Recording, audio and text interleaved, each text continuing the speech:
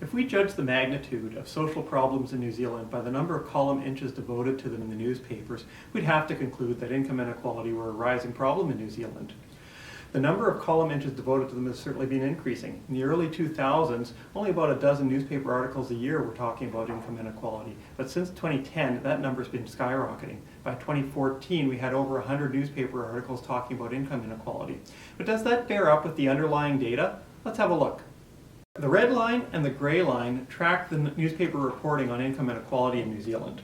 The red line tracks the number of articles in the New Zealand Herald that mention the word inequality, and you can see that that's skyrocketed. The gray line tracks the number of articles in all New Zealand newspapers that have inequality in the headline. You can see that's also grown substantially.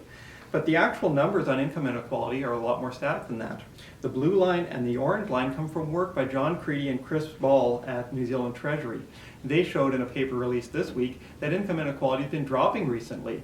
In fact, consumption-based measures of income inequality, which are traced in the blue line, are now lower than they were in 1984 before the big reforms.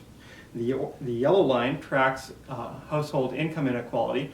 That too rose during the mid-1980s through to the early 1990s and has been flat and declining since then.